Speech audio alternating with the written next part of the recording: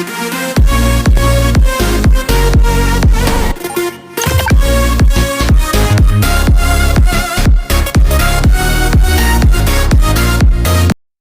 বন্ধুগণ, আমি সমজিৎ চলে এলাম কুইজের একটা নতুন ভিডিও নিয়ে।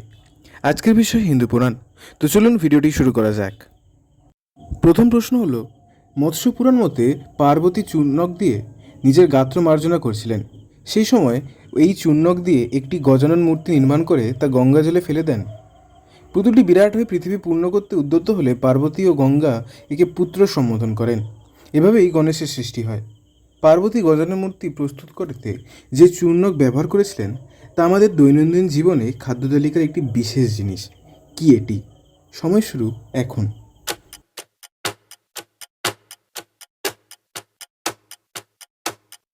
সঠিক উত্তর বেসন। দ্বিতীয় প্রশ্ন হলো, হিন্দু পুরাণ মতে মর্তে প্রথম শীতলা পূজা করেন কোন রাজা? সময় শুরু এখন।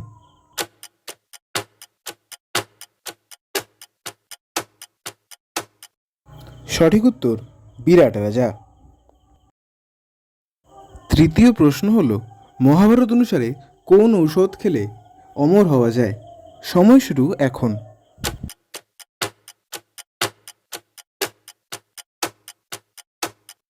সঠিক উত্তর চ্যবনপ্রাশ। চতুর্থ প্রশ্ন হলো, ভারতীয় পুরাণ অনুযায়ী দেবগুরু যদি বৃহস্পতি হয় তবে দৈত্যগুরু কে? শূন্যস্থান পূরণ করো। সময় শুরু এখন।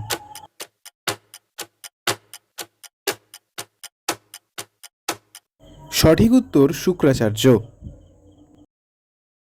পঞ্চম প্রশ্ন হলো, রামায়ণ অনুসারে ইনি ছিলেন ত্রিজটা নামক রাক্ষসী।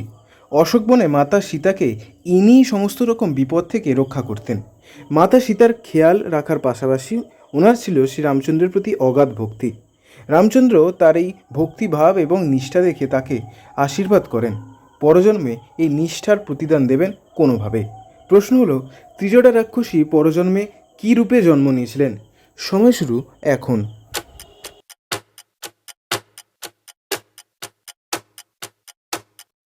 সঠিক উত্তর সুভদ্রা। ষষ্ঠ প্রশ্ন হলো, শিবপুরাণ মতে বর্তমানে ব্রহ্মা চতুর্মুখ হলেও পূর্বে তিনি পঞ্চমুখ বিশিষ্ট ছিলেন। একবার শিব ও পার্বতীর সামনে স্রষ্টা ব্রহ্মা অপশব্দ ব্যবহার করেন। এর ফলে শিব তার একটি মুখ কেটে ফেলেন।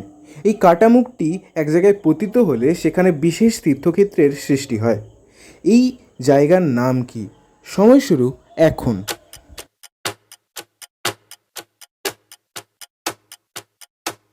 সঠিক উত্তর কপালমোচন তীর্থ।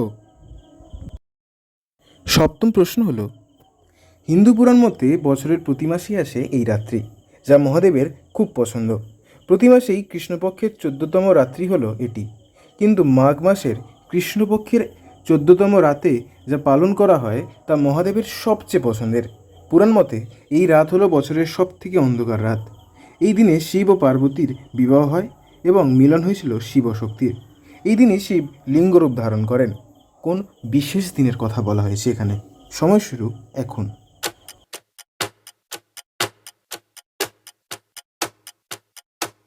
সঠিক উত্তর শিবরাত্রি।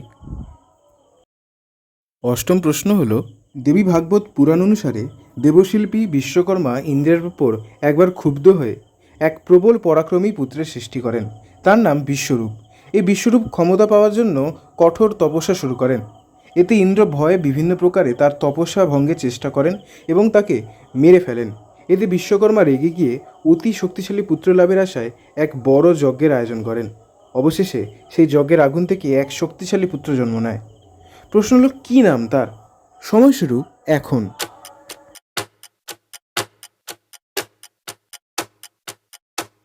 সঠিক উত্তর বৃত্রাসুর। নবম প্রশ্ন হল, এক দোল পূর্ণিমার রাতে নারদ বৈকুণ্ঠে লক্ষ্মী ও নারায়ণের কাছে গিয়ে মর্তের অধিবাসীদের নানা দুঃখ কষ্টের কথা বলেন। লক্ষ্মী মানুষের নিজেদের কুকর্মের ফলকেই এই সব দুঃখের কারণ বলে চিহ্নিত করেন। কিন্তু নারদের অনুরোধে মানুষের দুঃখ কষ্ট ঘোচাতে মর্তলোকে মা লক্ষ্মী এক বিশেষ জিনিস প্রচার করেন। তা আমাদের কাছে কী নামে পরিচিত? সময় শুরু এখন।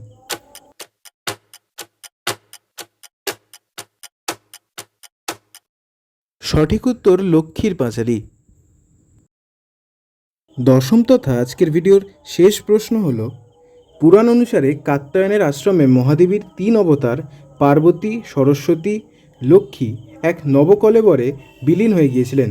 সেই নবকলেবরে প্রবেশ করেছিল দেবকুলের তেজপুঞ্জ। দেবীর শরীর থেকে প্রকাশিত হচ্ছিল বিনাশের ভয়াবহতা এবং সীমাহীন লাবণ্য। ঋষি কাত্যায়নের আশ্রমে জন্ম নেওয়ায় দেবীর অন্য নাম কী হয়?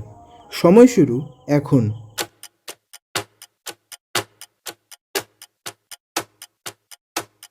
সঠিক উত্তর দেবী কাত্যায়নী। এরকম আরও অনেক ভিডিও পেতে আমাদের চ্যানেলটি সাবস্ক্রাইব করতে ভুলবেন না এবং ভিডিওটিকে লাইক দিয়ে দেবেন এবং যত সম্ভব শেয়ার করবেন। দেখা হচ্ছে পরের ভিডিওতে।